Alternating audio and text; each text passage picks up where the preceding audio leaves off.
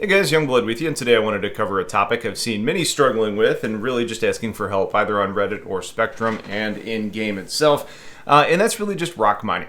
So what I wanted to do here is just give a quick and basic rundown of what you need to do to be successful and really just how to do it. So for those that are newer, the ROC is a remote ore collector. It's a little mining buggy that's made by Grey Cat Industrial. It's a nice gameplay loop because you aren't having to invest a lot of money to earn money. So server instability and griefing, it's not a big risk. And it really is pretty readily available and pretty well balanced at the moment. Now, unlike other mining with a prospector or a mole, you don't really see the value or the need to take your ore to a refinery to process, and you can end up just selling out of a commodity terminal. So with that out of the way, let's just jump into some of the specifics.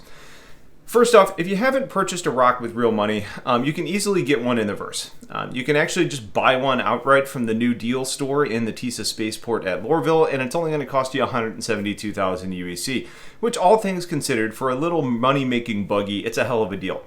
Now, you could just run down, buy it, and you're basically set, but that being said, rock mining is a great option for new players who want to make money early, but probably don't have the UEC in their account to actually buy it outright. Luckily, though, you can end up renting a rock, which can be done at the refinery decks on all of the L1 Lagrange stations. So think like Hurl L1, Mike L1, Arc L1, as well as Hurl L2, which also has a refinery. Now, this is done at the store in the refinery under the label of Vantage Rentals. If you want to buy it rent it for 1 day, it's only going to cost you about 6,000 credits. 3 days goes up to about 16,000 credits. A week goes up to 33,000 credits, and while you may as well buy it at this point, you can technically get a month rental for about 118,000 credits. Now, since you're already at the refinery, it would be a good time to go ahead and get a thermal suit because you have a lot of mining locations that are in extreme hot and extreme cold environments, which means you're going to need environmental protection. Now, if you're wanting to protect against heat up to 225 Celsius or cold down to negative 75, you're going to want the Pembroke armor, which can be purchased from the refineries as well, though you could technically pick it up from Tammany & Sons at Lorville, but the price there for some reason is twice what you pay at the refineries.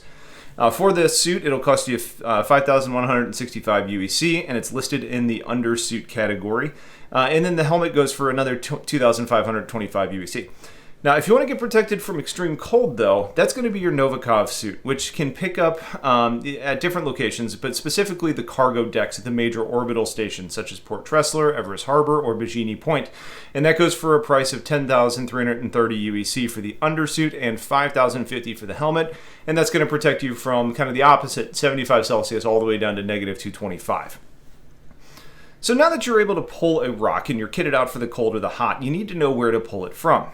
Basically, any location that has ground pads is your target. So think about mining outposts on moons, or some of the more major planetary outposts, that are going to have like the two little pads and the blue antenna off of the building, and that's really where you're going to go to get it done.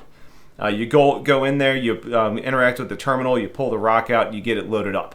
That being said, though, getting it loaded right now can be a little bit of a challenge. Ships like the Nomad, the Constellation, the 890 Jump, and others that are really using an elevator for cargo or buggies are kind of broken right now. And the vehicle's going to glitch through the elevator and cause damage. You're going to lose it into flight. So what you really want is a ship that has a ramp and enough interior space to store it. My favorite ship of the group to do this in is the Mercury Star Runner because it has plenty of space and it flies like a dream. Beyond that, though, you also have the Carrack, which is much larger, but it does have that upfront ramp. And then you have the mid-sized Freelancer Max and the Cutlass Black. Technically, you can fit the rock in any of the Freelancers, but it's a very tight squeeze, and making it happen often leads to damage. And you can also do it in the Cutlass Red, but since you pull it in and exit from the front, it gets a little bit tight, and you can have a hard time getting back in and out of it. That one actually works better in pairs that I've found, so if you have somebody that's flying the Red, and then somebody that's dedicated to staying in the rock, it tends to work a little bit better. If you don't have a ship that's going to haul the rock, you can rent one as well. With the Max and the Black both renting for about $14,000 per day. And while that may seem like a lot of money, if you're going to be doing this for a little bit of time, you're going to more than make your money back. So you have the ship to fly the rock, you have the gear to stay alive, and you have the buggy itself. But now what? Well, the first thing is you need to head somewhere that has mineable rocks, and you're looking for the hand mineable rocks. My personal favorite moons to do this on are Aberdeen, Daymar, Ariel, Magda, and Yella, with a lot of that being anecdotal places where I've had good luck, along with other stats and reports from other players. If you fly down in your capable ship and you land at an outpost, jump out, pull the rock, load it up into the ship.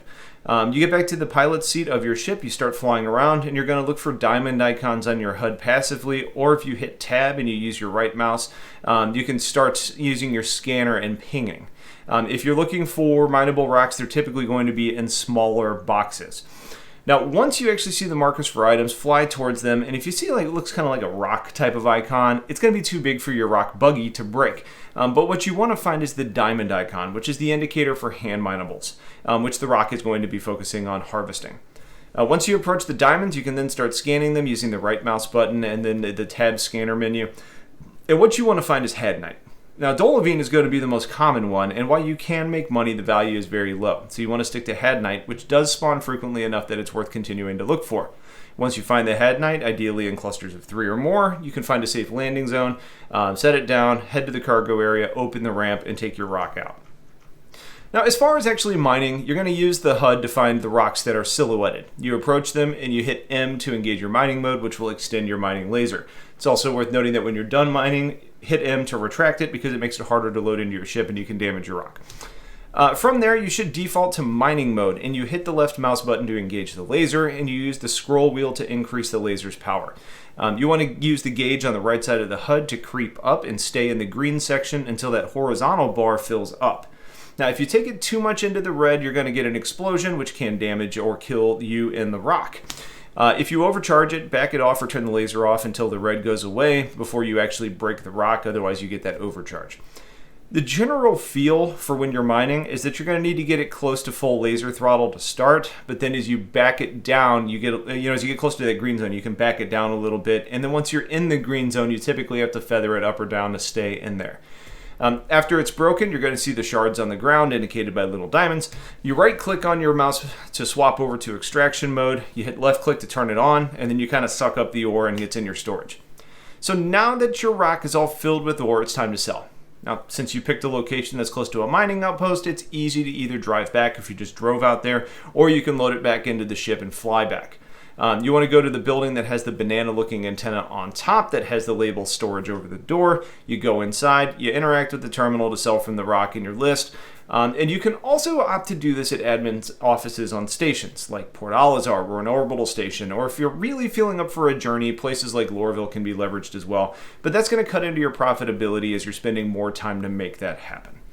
So in a nutshell, that's the rock gameplay loop for those wanting to get in and make some money. It's kind of fun, it's different. Honestly, planetary mining is just one of the better ways to do sightseeing around the verse, and I highly recommend it, especially considering it has a low cost of entry.